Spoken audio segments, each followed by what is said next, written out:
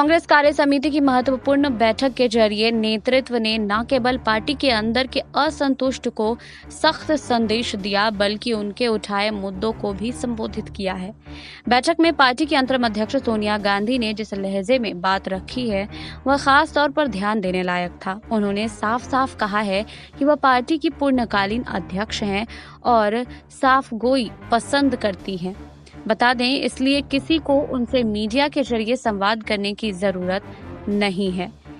G23 के रूप में रेखांकित किए गए कपिल सिब्बल जैसे नेताओं को जवाब था, जो अक्सर कहते रहे हैं कि पार्टी को एक पूर्णकालीन अध्यक्ष की जरूरत है।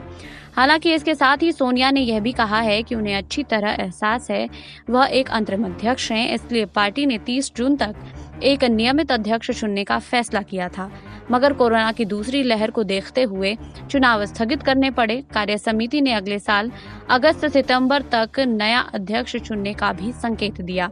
एक और महत्वपूर्ण संकेत राहुल गांधी की तरफ से आया है, जब पार्टी नेताओं द्वारा दोबारा पार्टी अध्यक्ष पद स्वीकार करने के औपचारिक आग्रह के जवाब में उन्होंने कहा कि वह फिर विचार करने को तैयार हैं। इसका मतलब एक तो वह यह हुआ कि पार्टी अध्यक्ष पद के लिए जिस चुनाव की बात हो रही है, वह औपचारिकता से ज्यादा कुछ नहीं होगा।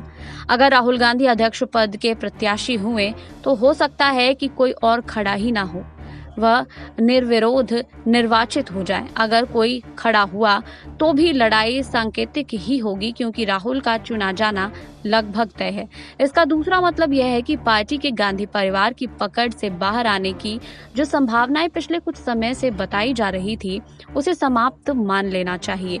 यानी पारिवारिक वर्चस्व आदि जिन कमजोरियों के लिए कांग्रेस पार्टी जानी जाती रही है, उससे उनके निजात पाने की अब निकट भविष्य में कोई सूरत नहीं दिख रही है। आपको हमारी ये रिपोर्ट कैसी लगी, हमें कमेंट बॉक्स में लिखिए। बाकी और खबरों के लिए जुड़े रहिए SPN 9 न्यूज के साथ।